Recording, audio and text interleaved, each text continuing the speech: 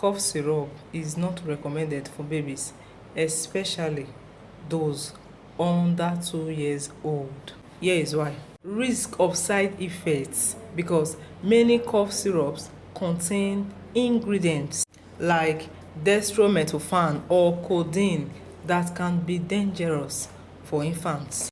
Another thing is no proven benefits. Studies show that most cough medicines don't actually help babies recover faster.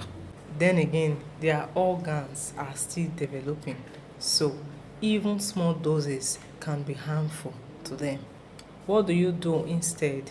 Give plenty of fluids like breast milk, formula to keep the baby hydrated.